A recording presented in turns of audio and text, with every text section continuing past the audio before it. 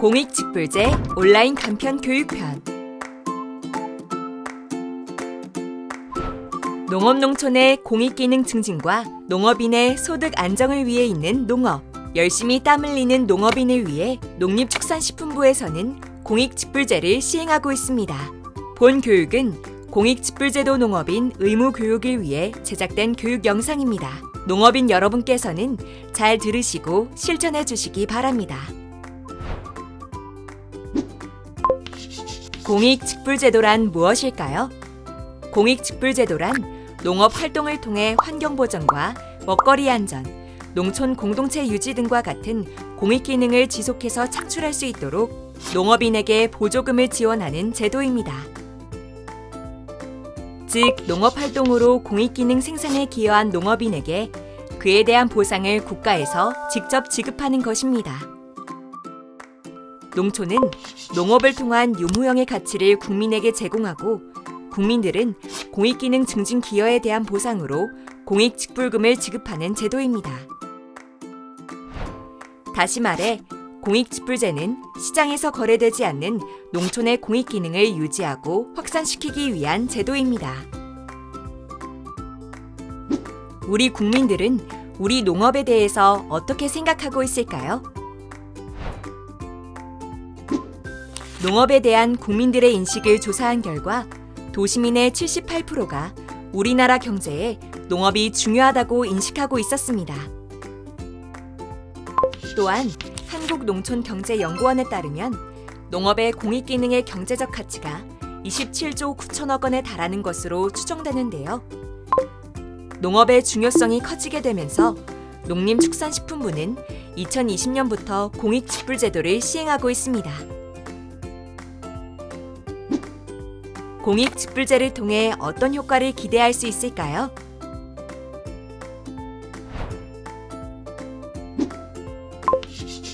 농업을 통해 생산된 유무형의 가치에 대한 정당한 보상을 지급함으로써 궁극적으로 농업, 농촌의 발전 및 국민의 삶의 질이 향상된다고 볼 수 있습니다.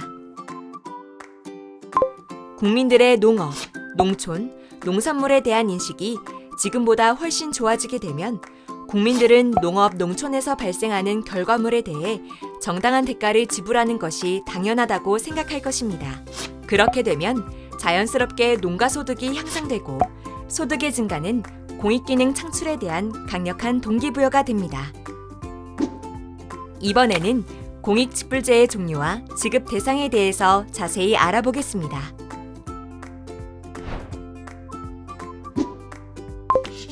공익직불제는 기본형 공익직불제와 선택형 공익직불제로 나뉘어져 있는데요. 기본형 공익직불제는 기존의 쌀 직불제와 밭농업 직불제, 조건분리 직불제를 하나로 통합했고 소농직불금과 면적직불금 중 하나로 지급합니다. 선택형 직불제는 친환경 농업직불, 친환경 안전축산직불, 경관보전직불, 논활용직불로 구성되어 있으며 신청 방법은 종전과 동일합니다. 기본형 공익직불금을 받으려면 지급 대상 농지와 지급 대상자 요건을 모두 충족해야 하는데요. 지급 대상 농지 조건은 농업 경영체에 등록된 농지로 종전의 쌀직불, 밭직불, 조건 분리직불의 대상 농지여야 하는데요. 2017년 1월 1일부터 2019년 12월 31일까지 기간 중 농업소득보전 직접직불금을 1회 이상 지급받은 농지여야 합니다. 지급 대상자 조건은 농업외의 종합소득금액의 합이 3,700만 원 미만이어야 하고 0.1헥타르 이상의 지급 대상 농지에서 농업에 종사하는 농업인 또는 농업법인이어야 합니다. 자세한 사항은 직불금을 신청할 때 지자체에서 받은 농업인 필수 안내서와 농업농촌 공익직불법 제8조와 제9조를 참고하시길 바랍니다. 마지막으로 소농직불금과 면적직불금의 신청 조건에 대해서 자세히 알아볼까요? 소농직불금 신청 대상 조건은 1000제곱미터에서 5000제곱미터의 농사를 짓는 농가를 대상으로 일괄 120만 원을 지급합니다. 0.5헥타르 이상이어도 면적직불금이 120만 원 미만인 경우 소규모 농가 직불금 대상자가 될 수도 있습니다. 다만 신청서 요건 중 하나라도 충족하지 않으면 최종적으로는 면적 직불금 신청을 해야 한다는 거 기억하세요. 소농에 해당하지 않는 경우 면적에 따라 직불금을 지급하는데요. 면적 직불금은 지급 대상 농지 면적에 지급 단가를 곱하여 산정합니다. 공익직불제 온라인 간편 교육편.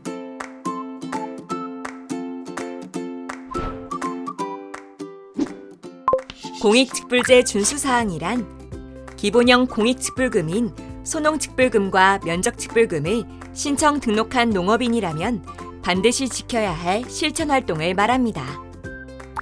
생태계 보전과 마을 공동체 활성화, 영농활동 준수, 먹거리 안전 분야, 환경보호 등 총 5개 분야 17개의 준수사항이 있는데요.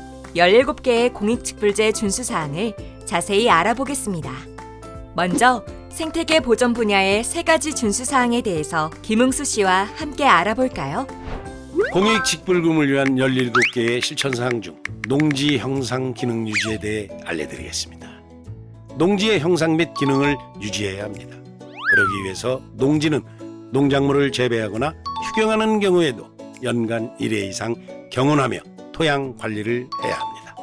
농지는 이웃 농지와 구분이 가능하도록 경계를 설치하고 주변에 용수로, 배수로를 유지 관리해야 합니다.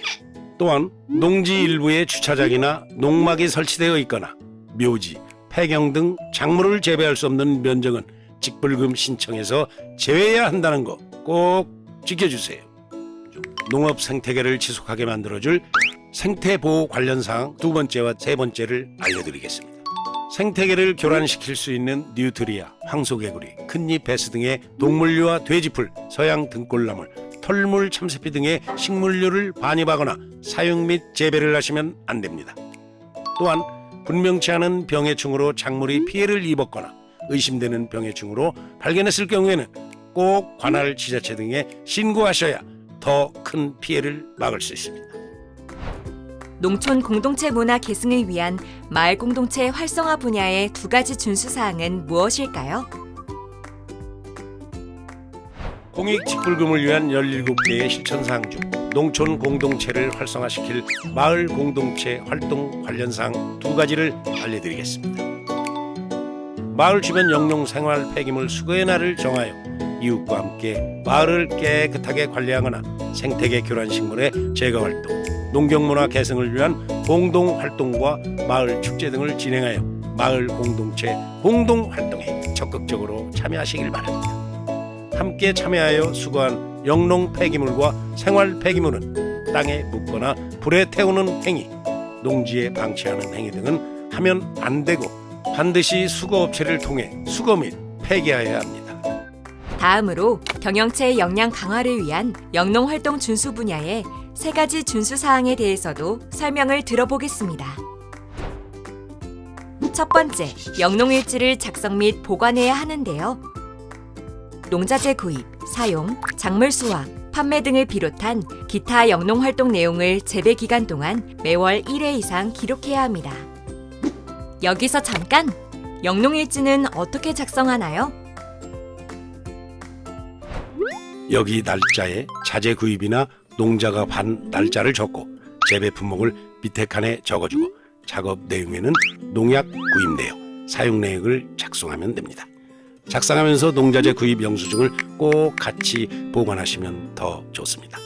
앞으로는 농약과 비료 사용 내역뿐만 아니라 기타 영농활동 작성까지 적는 걸로 단계적으로 작성해야 할 사항을 확대한다고 하니까 미리미리 작성하는 게 좋습니다.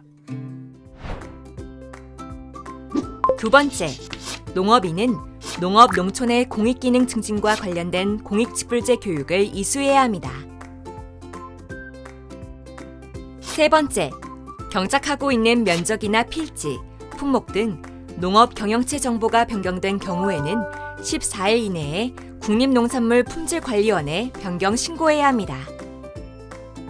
마지막으로 안전하고 안심할 수 있는 먹거리를 공급하기 위한 먹거리 안전 분야 3가지 준수사항에 대해서 알아보겠습니다. 공익직불금을 위한 17개의 실천사항 중 안전하고 안심할 수 있는 먹거리를 공급하기 위한 먹거리 안전 활동 관련 사항을 알려드리겠습니다. 허용 물질 목록 관리제도 시행으로 농업인들은 해당 작물에 등록된 농약을 사용해야 합니다. 사용할 때는 농약병에 표시된 희석 배수와 사용 횟수, 최종 살포일을 준수해야 합니다. 농작물에서 미등록되어 있거나 밀수 농약이 검출된 경우나 허용 기준을 초과하여 검출되는 경우에는 기본형 공익직불금도 감액됩니다. 깐 도라지나 깐 밤 등 변색 방지를 위해 이산화황 등 첨가물을 과다 사용하지 않고 기타 유해물질 잔류 허용 기준을 준수해야 합니다. 또한 안전성 조사 결과 부적합 농산물로 출하 제한 명령을 받을 경우 출하 연기 및 폐기, 용도 전환 등 행정처분 명령을 준수해야 합니다. 이번에는 땅과 물을 살리는 환경보호 관련 준수사항 6가지를 알려드리겠습니다. 첫 번째, 화학비료 사용 기준을 준수해야 합니다. 토양 검정을 받아 CB 처방전에 맞게 작물별로 화학비료 정량을 지키셔야 합니다. 두 번째, 비료를 적정 보관하고 관리해야 합니다. 구입한 비료는 사용 전까지 영농 창고에 보관하거나 비닐 등을 잘 덮어 보관해야 합니다. 세 번째, 가축 분뇨, 퇴비 액비화 및 살포 기준을 준수해야 합니다. 가축 분뇨는 가축 자원화 시설에서 퇴비화 또는 액비화해서 배출 허용 기준을 준수하고 살포 후에는 살포 기준을 따르셔야 합니다. 네 번째, 하천수를 농업용수에 사용할 경우 관할 홍수 통제소에 꼭 허가를 받아야 합니다. 다섯 번째, 지하수를 농업용수로 사용할 경우 지자체에 신고하고 허가를 받아야 사용 가능합니다. 여섯 번째, 공공수역에 농약이나 가축 분뇨를 배출해서는 안 됩니다. 농업용수로, 하수관로, 지하수로, 하천 등의 공공수역을 청정하게 지켜주십시오. 지금까지 5개 분야 17가지 준수사항을 살펴봤습니다. 공익직불제 준수사항을 지키지 않으면 기본형 공익직불금 총액의 5에서 10%를 감액해서 지급하는데요. 동일한 준수사항을 반복해서 위반하거나 여러 개를 동시에 위반한 경우에는 각 감액률을 합산한 후 감액해서 지급하니 주의하셔야 합니다. 공익직불제 온라인 간편 교육편.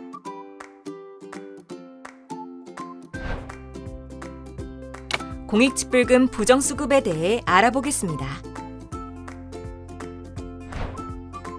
공익직불금 부정수급이란 공익직불금 등록자가 행정기관에 기만해 거짓이나 그 밖의 부정한 방법으로 공익직불금을 신청 등록하여 수령한 경우를 말합니다.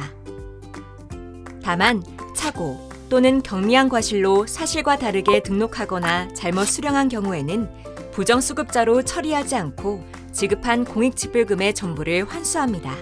그렇다면 공익직불금의 부정수급 위반자에 대해서 알아볼까요?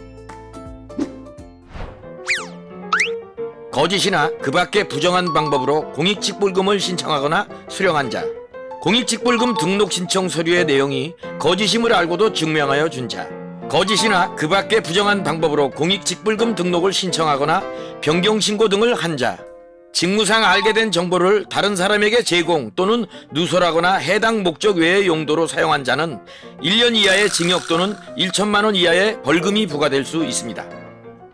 또한 조사나 수거, 열람 등을 거부, 방해, 기피하는 경우, 등록사항 또는 준수사항과 관련된 서류 등을 보관하지 않은 경우에도 과태료가 부과될 수 있으니 주의하셔야 합니다. 또한 부당이득금 환수와 제재 부과금, 가산금, 등록 제한 등과 같은 행정처분도 내려질 수 있으니 참고하시길 바랍니다. 마지막으로 부정수급 처벌 강도에 대해서 알아보겠습니다. 농업인 박 씨가 A농지에 대해 부정수급한 20만 원을 포함해 올해 수령한 전체 기본직불금 금액이 200만 원일 경우 박 씨는 1년 이하의 징역 또는 1,000만 원 이하의 벌금과 수령금 200만 원 전액 환수, 제재 부과금, 등록 제한 행정처분 이렇게 총 4가지의 처벌을 모두 받게 됩니다. 부정수급이 되면 농업인이 받는 처벌 강도가 높으니 부정수급이 되지 않도록 실제 농사 짓는 면적만 직불금을 신청하시고 수령하시면 됩니다. 공익직불제도는 우리 농업농촌에서 공익기능을 지속적으로 유지할 수 있도록 국가가 보조금을 주는 좋은 제도이니만큼 우리 모두가 잘 지켜주셨으면 합니다.